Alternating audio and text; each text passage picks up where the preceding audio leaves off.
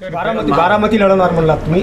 हो, बारामतीमध्ये आता दोन प्रस्थापित उमेदवार जे आहेत ते एकमेका काय नणंद भाऊजाईची लढाई त्या ठिकाणी होत आहे असं आपल्याला सगळ्यांना आपण पाहिलेलं आहे. पण त्या ठिकाणी ओबीसीचा सुद्धा जो आहे त्या ठिकाणी तगडा उमेदवार जो त्या ठिकाणी आम्ही देणार आहोत आणि या तिरंगी लढतीमध्ये विजय जो आहे तो आपल्याला नक्कीच ओबीसीच्या उमेदवाराचा झालेला आपल्याला पाहायला मिळेल. ती लढत अतिशय रंगतदार होणार आहे आणि आम्ही आता वेट अँड वॉच, आमच्याकडे 5-6 तगडे उमेदवार आमच्याकडे आलेले आहेत. आम्ही थोड्या दिवसात आठवड्याभरात आमचा उमेदवार बारामतीचा जो आहे तो आम्ही नक्की जाहीर करू. बारामती लढाईसुद्धा प्रस्थापिता विरुद्ध विस्थापिताची लढाई जी आहे ती आम्ही या ठिकाणी आपल्याला झालेली दिसेल आणि त्यात विजय जो आहे तो विस्थापिताचा झालेला असेल. लोकसभेच्या अनुषंगाने तुमचा पक्ष आणि वंचित एकत्रित येणार आहे, काय प्रयत्न वगैरे सुरू आहेत? आंबेडकरांची याबद्दल काही बोलणं झालं, चर्चा झाली? हे पहा कसं आहे की या ठिकाणी ओबीसी आणि दलित हा जर एकत्र आला तर या महाराष्ट्रामध्ये मोठी राजकीय आणि सामाजिक क्रांती झाल्याशिवाय राहणार नाही. त्याची प्रक्रिया जी आहे ती या महाराष्ट्रामध्ये आम्ही यापूर्वी सुरू केलेली आहे. यापूर्वी लाखांचे आम्ही 3 मेळावे झालेले आहेत. या ठिकाणी 4था मेळावा जो आहे तो आज परभणीमध्ये या ठिकाणी होत आहे. त्या ठिकाणी सुद्धा लाखाचा जनसमुदाय त्या ठिकाणी येत आहे. त्या ठिकाणी ओबीसी, भटकेमुक्त आणि दलित हे सगळे समाज जे आहेत एकत्रितपणे या ठिकाणी एक महाएल्गार जो आहे तो या ठिकाणी करणार आहोत आणि हे दलित आणि ओबीसी ह्या सगळ्या चळवळी एकत्र येण्याची प्रक्रिया जी आहे त्या निमित्तानं झालेली आहे. मला पूर्ण आशा आहे की भविष्यात आंबेडकर साहेबांचा पक्ष आणि आमचा ओबीसी बहुजन पार्टी जी आहे ते एकत्रित आल्यास या राज्यामध्ये क्रांती झाल्याशिवाय राहणार नाही. या संदर्भात चर्चा त्यांच्याशी काही झाली का? राजकीय वाटपाचं काय झालं? सोबत येण्यासंदर्भात काही चर्चा झाली का प्रकाश? हे पहा, आमचा पक्ष सापडून आत्ता 10-12 दिवस झालेले आहेत आणि त्यामुळे ही चर्चा जी आहे आता मेळावे सुरू आहेत. मेळाव्यातून आमच्या म्हणजे ग्राउंड लेवलला जे आहेत समाज जे आहेत एकत्रितपणे करण्याची प्रक्रिया आमची सुरू आहे. ही आता झाल्या आमची नक्कीच चर्चा जी आहे ती चर्चा आम्ही करू. तसा प्रस्ताव तुम्ही दिला का किंवा त्यांच्याकडून तसा काही आला का? हो, आमचा प्रस्ताव आता त्यांना आज किंवा उद्यापर्यंत आमचा प्रस्ताव त्यांना जाईल. आमचं लेखी पत्रसुद्धा त्यांना तसं जाणार आहे आणि या ठिकाणी जी गावागावामध्ये ग्रामपंचायतीमध्ये ज्यावेळी ह्या दलित असतील, तेली, माळी, साळी, कुष्टी, कुंभार, धनगर, ओढाव हे जे एकत्र आले तर महाराष्ट्रामध्ये सरपंचसुद्धा जो आहे तो मराठा समाजाचा किंवा कुठल्याही प्रस्थापित समाजाचा होऊ शकत नाही आहे. ही भावना आता दलितांच्यामध्ये झालेली आहे, ओबीसींच्यामध्ये झालेली आहे आणि भटक्या मुक्तांच्यामध्ये झालेली आहे.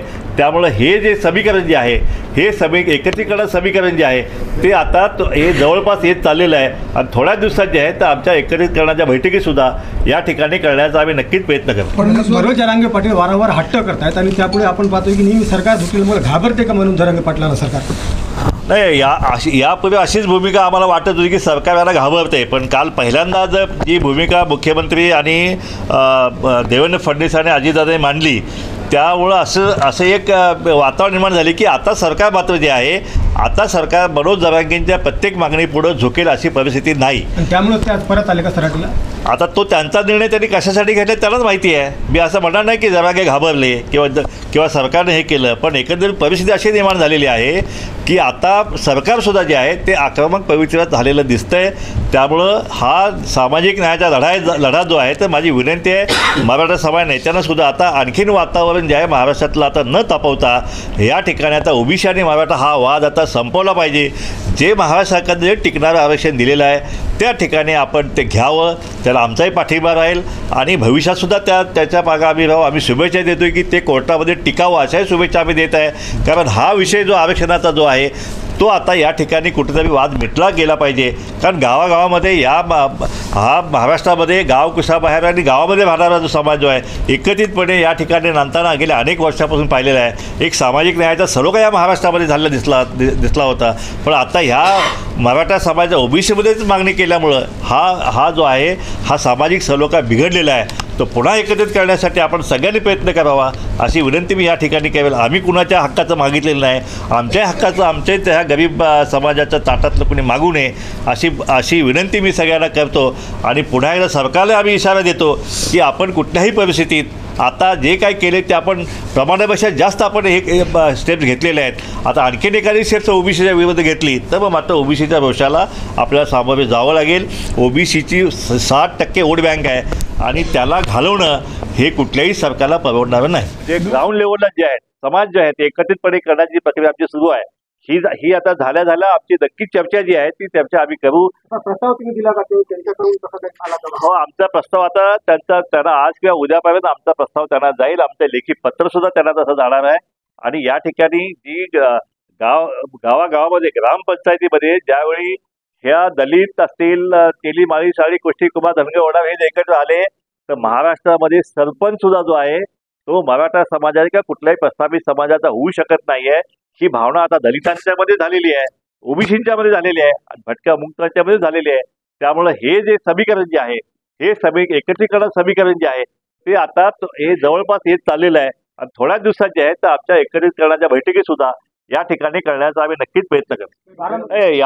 यापूर्वी अशीच भूमिका आम्हाला वाटत होती की सरकार याला घाबरते, पण काल पहिल्यांदा जर जी भूमिका मुख्यमंत्री आणि देवेंद्र फडणवीस आणि अजितदादांनी मांडली, त्यामुळं असं एक वातावरण निर्माण झाले की आता सरकार मात्र जे आहे, आता सरकार मनोज जरांगेंच्या प्रत्येक मागणी पुढे झुकेल अशी परिस्थिती नाही. त्यामुळे ते आज परत आले का? आता तो त्यांचा निर्णय त्यांनी कशासाठी घेतला त्यालाच माहिती आहे. मी असं म्हणणार नाही की जरांगे घाबरले किंवा सरकारने हे केलं, पण एकंदरीत परिस्थिती अशी निर्माण झालेली आहे की आता सरकार सुद्धा जे आहे ते आक्रमक पवित्रात झालेलं दिसतंय.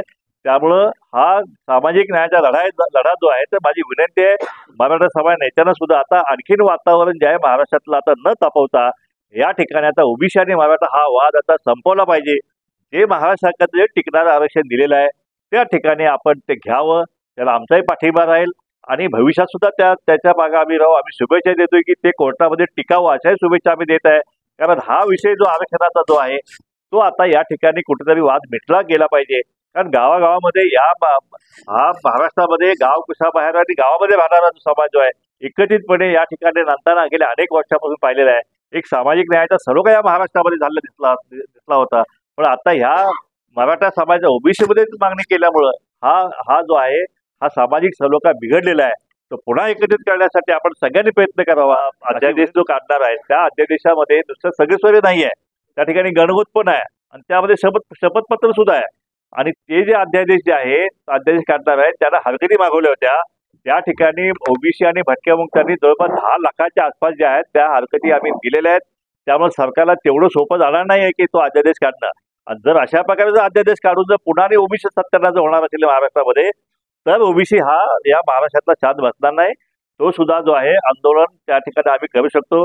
आम्ही आतापर्यंत सरकारला सहकार्य केलेलं आहे आणि सरकारनं जी आता भूमिका घेतलेली आहे की मराठा समाजाला वेगळं आरक्षण द्यायचं, त्या ठिकाणी 50% वरचं आरक्षण एसीबीसी दिलेलं आहे, त्या ठिकाणी कायदा करून दिलेला आहे, त्याचं आम्ही समर्थन केलेलं आहे. आम्ही सरकारचं अभिनंदनही केलेलं आहे की एक चांगलं टिकणारं आरक्षण तुम्ही मराठा समाज दिलेलं आहे. पण असं असताना जर सरकार दुसरीकडे जर ओबीसीचा आरक्षणाचा जर सत्यानाश करणार असेल तर त्याला मात्र ओबीसीचा स्पष्ट विरोध असेल. कुठल्याही परिस्थितीत हे सगळे सोयरे आणि गणगोत आणि शपथपत्र हे ना ओबीसीला मान्य आहे, ना भटक्या मुक्तांना मान्य आहे, ना शेड्यूल ट्राईबला मान्य आहे, कारण शेड्यूल कास्टला मान्य आहे. कारण या अध्यादेशाचा परिणाम जो आहे तो शेड्यूल कास्टमध्ये सुद्धा होणार आहे, शेड्यूल ट्राईबमध्ये सुद्धा होणार आहे.